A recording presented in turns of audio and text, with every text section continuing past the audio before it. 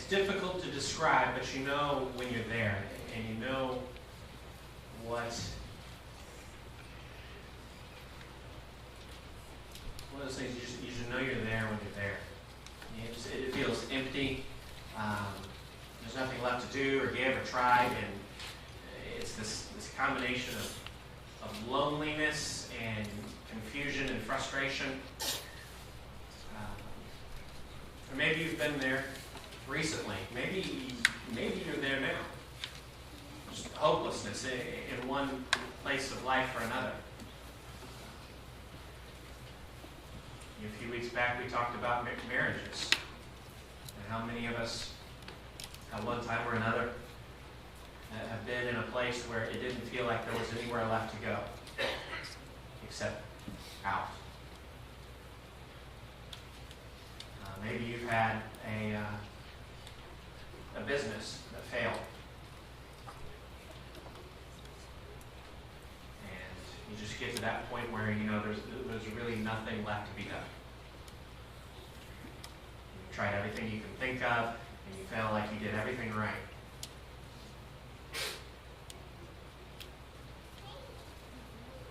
Maybe you've been a part of a dying church before. A church that had to close its doors. And just that hopeless feeling when you reach the end of that road. What did we do wrong? I have a very dear friend who was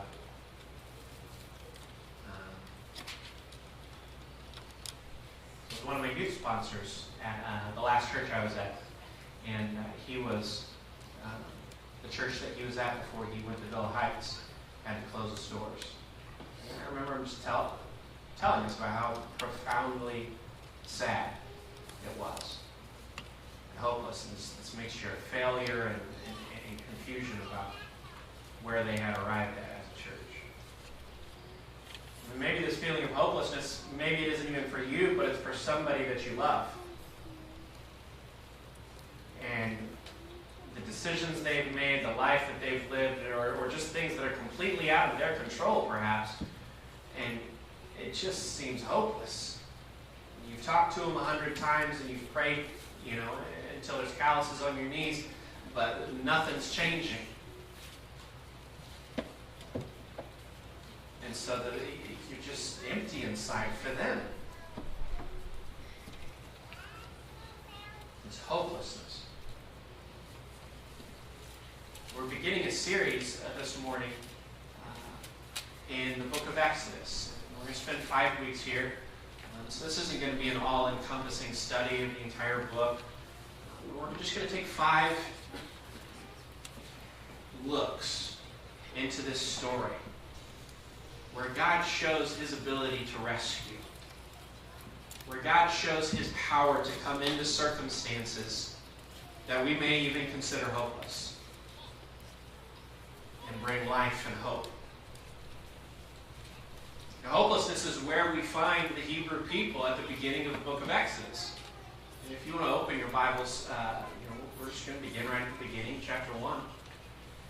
But we find the people through many circumstances, and isn't that the way it always is? Because we can get to this point in our life, whether it was in marriage or business or whatever place we found that pocket of hopelessness.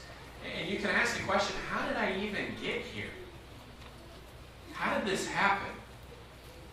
Because it's all of a sudden kind of like Joe was talking about. God just wakes you up and you realize you're in a place and you don't even know how you got into such a circumstance.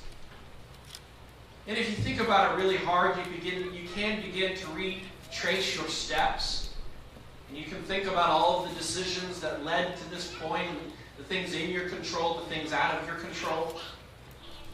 The moments when maybe you had an opportunity to turn it around. The moments where now you can see that God was trying to get your attention.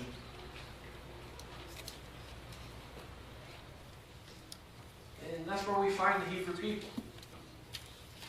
They are now enslaved. And they didn't start out that way in Egypt. They kind of played around with this dependence on the Egyptians. They'd gone there during famine. Abraham and then Joseph, and they'd grown comfortable in this place, forgetting the promise of a place God had prepared them. They'd grown comfortable in a place that they were never meant to be. And so when the favor of the Pharaoh passed, and Joseph's life passed, and a new man came into power, things began to change. And there's a debate about how long the Israelites were actually in slavery. There's places where it says they were in slavery 400 years, 430 years. Some kind of trace that language back to that promise that was made to Abraham. And then when Isaac and Ishmael parted ways. And so some say that the actual time they spent in slavery was about 215 years. 400 years, 215 years. We're talking about hundreds of years in slavery as a people. And I'm sure at some point there were these moments of awakening where it's like, how did we get here? Let's read in Exodus chapter 1, starting in verse 8. It says, "Now there arose a new king over Egypt, who did not know Joseph, and he said to his people, 'Behold, the people of Israel are too many and too mighty for us. Come, let us deal shrewdly with them, lest they multiply. And if war breaks out, they join our enemies and fight against us and escape from the land.' Therefore they set taskmasters over them to afflict them with heavy burdens. They built for Pharaoh store cities, Pithom and Ramses. But the more they were oppressed, the more they multiplied, and the more they spread abroad. And the Egyptians were in dread of the people of Israel. So they ruthlessly made the people of Israel work as slaves and made their lives bitter with hard service in mortar and brick and in all kinds of work in the field. In all their work, they ruthlessly made them work as slaves." This isn't, there are passages in the New Testament, when we talk about Roman slavery, there's the ability to work your way out of it. There's a way that you're supposed to be treated with respect, more as employees and members of the family, than what we classically consider slaves. That's a very loaded term, especially in our society. We have a very specific image of what that is. This is not Roman slavery. This is ruthless, bitter, brutal slavery, designed to oppress and enslave this people. And by the time the action that we all know about that occurs in Exodus starts, they've been there for hundreds of years. And so there had to be moments where they just sat back, the fathers and the grandfathers who had told the stories to these young people of the promise to Abraham and how they were going to be a people that blessed the entire world. How their descendants would number the stars and the sands on the seashore. And they must have thought, I've told them this story. And then the young people who heard these stories over and over as they grew up must have thought, it does not look like where I live. Maybe Abraham was crazy, and maybe the story just got changed, and maybe this is all just something to make us feel better. Because this life I live is the only life I can see. And what must have been incredibly debilitating is that it's the only life they could see for their children and their grandchildren. To know that that life was yours, maybe you could wrap yourself around that. But to know that the ones that you love the most, the little ones being born into your family, that's their lot in life, it's hopeless. And here's a mistake we make. Sometimes we know that they're in captivity. We know that they've been enslaved, and so a lot of times we will just skip ahead and we won't really necessarily talk about that. We'll skip ahead to the end of chapter 2, and then when we get into chapter 3 and 4, where God shows up, right? Because eventually they've been in slavery for hundreds of years, then God shows up. And that's really dangerous, because let's read at the end of chapter 2, verse 23. "During those many days the king of Egypt died, and the people of Israel groaned because of their slavery and cried out for help. Their cry for rescue from slavery came up to God, and God heard their groaning. And God remembered his covenant with Abraham, with Isaac, and with Jacob. God saw the people of Israel, and God knew." Now the danger with just going to that place immediately, with just starting the book of Exodus, knowing that they're enslaved, and then God shows up, and then God remembers, is that seems like an incredibly callous and incredibly uninvolved God. Right? I mean, because there are families, their entire family has died in Egypt in slavery. Too late. There are families who never got to leave, who never got to walk through the Red Sea. And so if our people had been enslaved for hundreds of years, and then God just shows up. Oh, now I see. Now I hear. Okay, now I'm going to get involved. Maybe your response would be gratitude and praise the Lord, and He's coming, and this is everything I've ever hoped for. Or maybe it would be, well, it's about time. Where were you the first 50 years of my life? Where were you from my father and my grandfather? Where were you when my uncle was beaten to death by his slave master? Because it's all great and good, but where were you before? Have you ever been there? Have you ever been in that place of hopelessness, looking around at your family, at your business, at your marriage, and thought, God, where have you been? Because I'm hearing nothing, I'm feeling nothing, I'm not seeing you at all.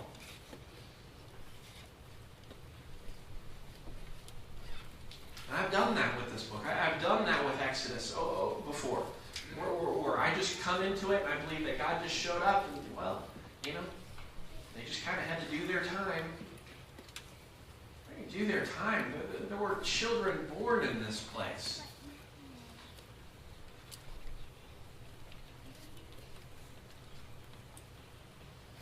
If we read out of context, it doesn't sit well. Chapters 1 and 2 are here for a reason.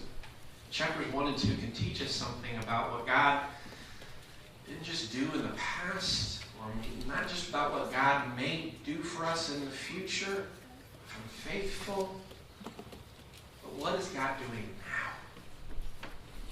I don't just need a God who promises me things. I need a God who is active and knows and sees me now in the place where I'm in. Let's go back into chapter 1. Actually, the passage that I already read. Let's read that again. It says, talking about the fertility of these people.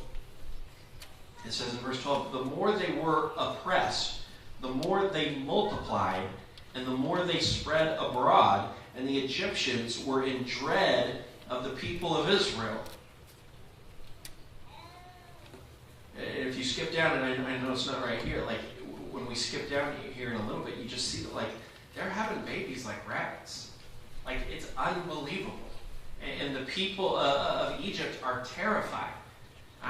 There's been no time in history where a nation has ever been terrified by the ability of a people group to reproduce itself at such an incredible rate.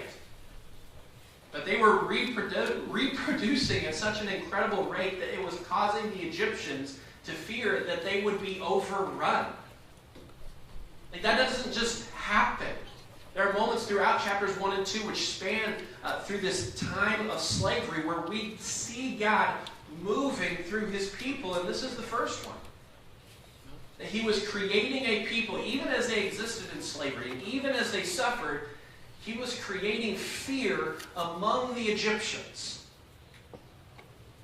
for the potential power of this nation that was growing before their very eyes. Moves on, and so their response to this is, well, we got to start killing the babies. Verse 15, it says, then the king of Egypt said to the Hebrew midwives, one of whom was named Shiphrah and the other Puah, when you serve as midwife to the Hebrew women and see them on the birth stool, if it is a son, you shall kill him, but if it is a daughter, she shall live.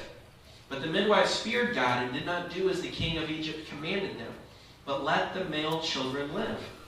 So the king of Egypt called the midwives and said to them, Why have you done this? And let the male children live. And the midwife said to Pharaoh, because the Hebrew women are not like the Egyptian women, for they are vigorous and give birth before the midwife comes to them. Like, do you see the comedy in that? That is ridiculous. Like, the midwife's excuse is, hey, we don't give birth like you people.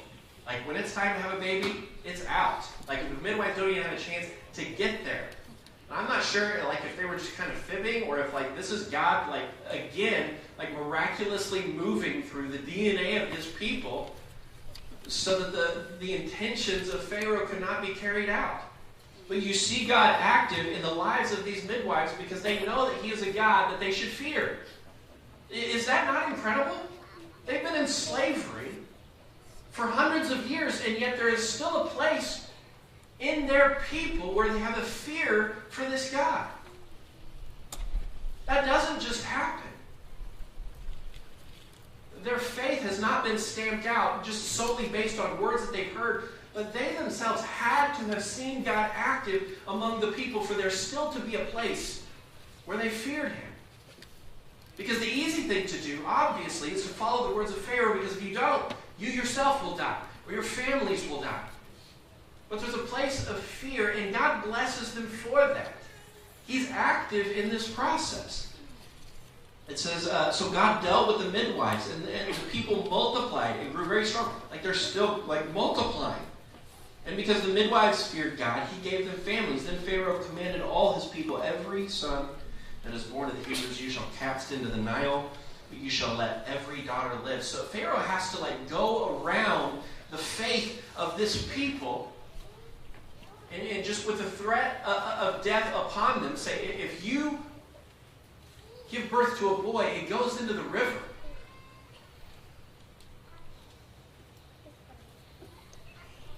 And we could try to separate ourselves from the brutality of that. But we live in a world that is just as cruel and horrific. We live in a world right now where children are in danger every day. We live in a nation right now, and I really appreciate the words about the pregnancy center, that has no value for the life of the most vulnerable among us. And so we can recoil at the evil brutality displayed here.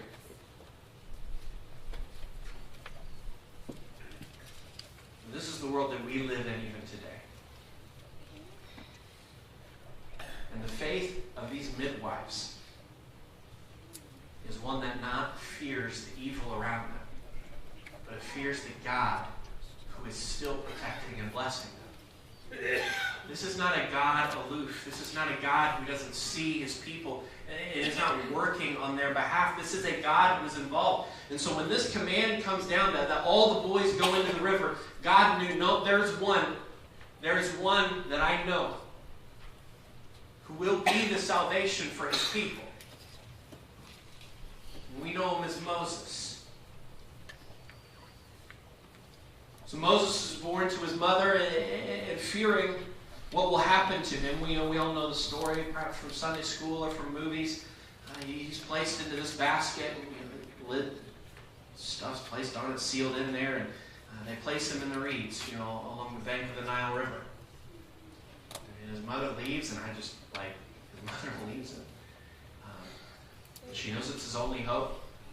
In the movies, a lot of times portray goes down the river and it's being almost eaten by crocodiles and all of this sort of stuff. It seems pretty likely that she put it there because she knew there was a chance. There was just a slim chance of hope that the right person could find it there. Because Moses' sister kind of watches from a distance. And they wait. And we know that one of the daughters of Pharaoh comes along and finds this baby, hears it crying. And so the sister runs up. She's like, hey, I can get one of those Hebrew midwives, and we can take care of this baby for you. And so she runs and goes and gets Moses' mom and brings mom back. And Pharaoh agrees, he's going to pay this Hebrew midwife to take care of Moses. So not only does she get her son back, but now she's being paid by Pharaoh to take care of her son for this daughter of Pharaoh. God is working and moving. And you know what? Nobody knew it. Nobody knew it. Of the hundreds of thousands, and perhaps even at this point, millions of Hebrews that were enslaved in that moment, nobody knew. They weren't running around town talking about, hey, this baby. It just got adopted into the family. Like, he's going to be the one. Nobody knew. That God was working in quiet, intentional ways to create a path forward for his people. So Moses grows up into a young man, and he's given back from his mother into the family of Pharaoh. And if you'll look, I don't have it up here because there's just way too much to put in.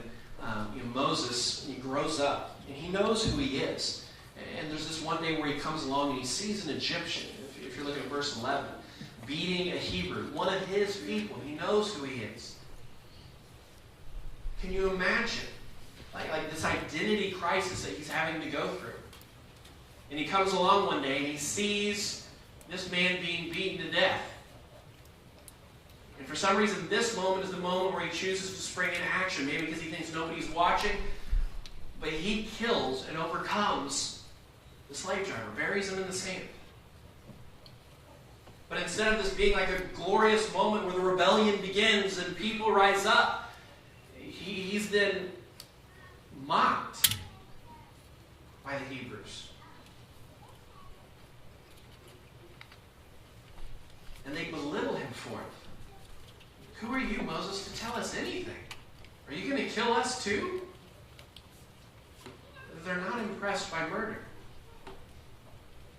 And so he runs and he flees and he goes into the desert. And this would be the time when most people would die, but God is still active in his life. And he comes to a well and he drives off these people who are coming after these women.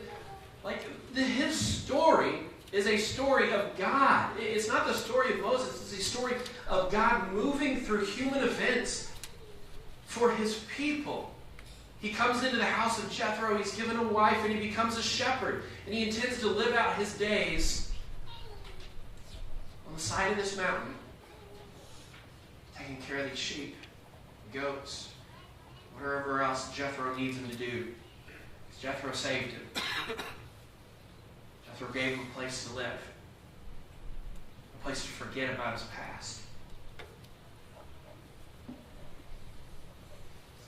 Let's go back and read the end of chapter 2 again. It says that in verse 22 that he has a son, and his name is Gershon. I have been a sojourner in a foreign land.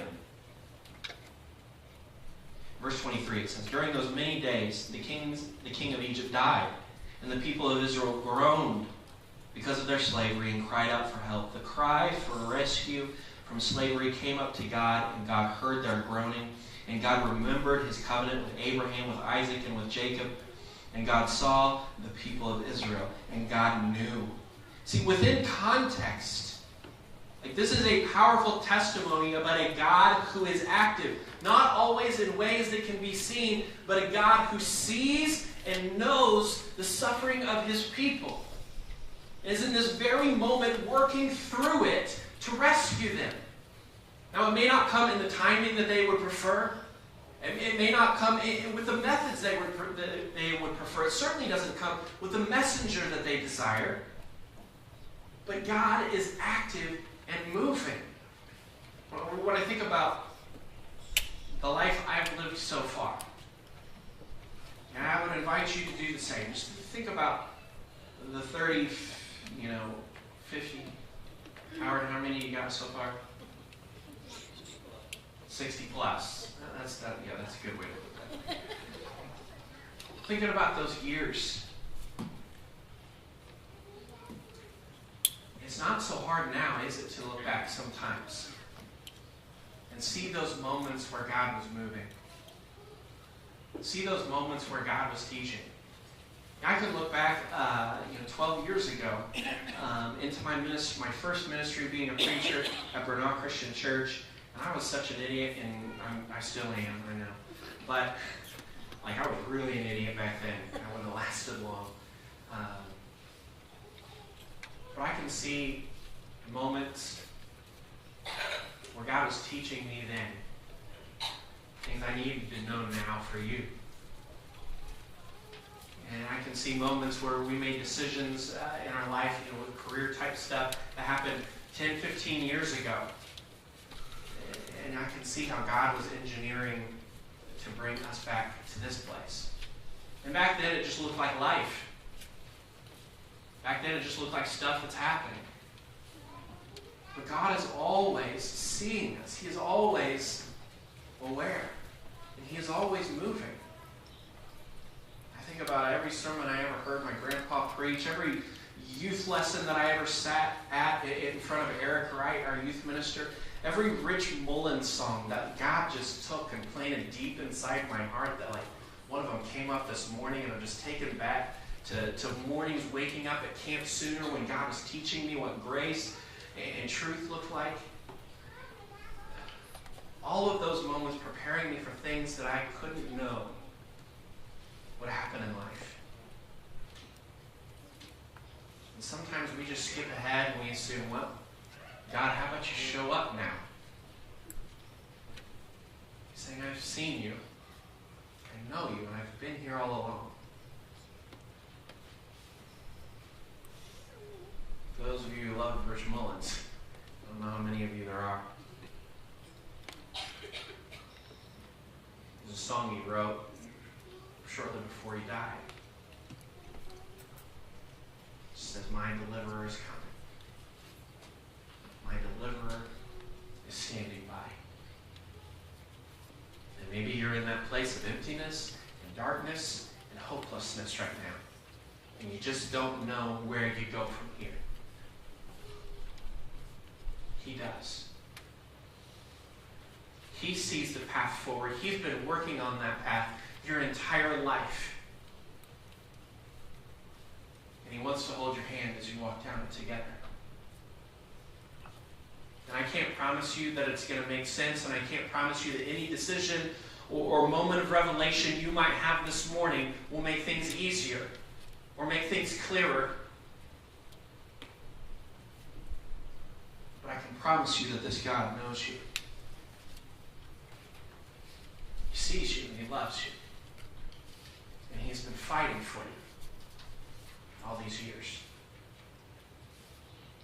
As Steve comes forward and our worship team, I ask that you stand up and we enter this time of invitation.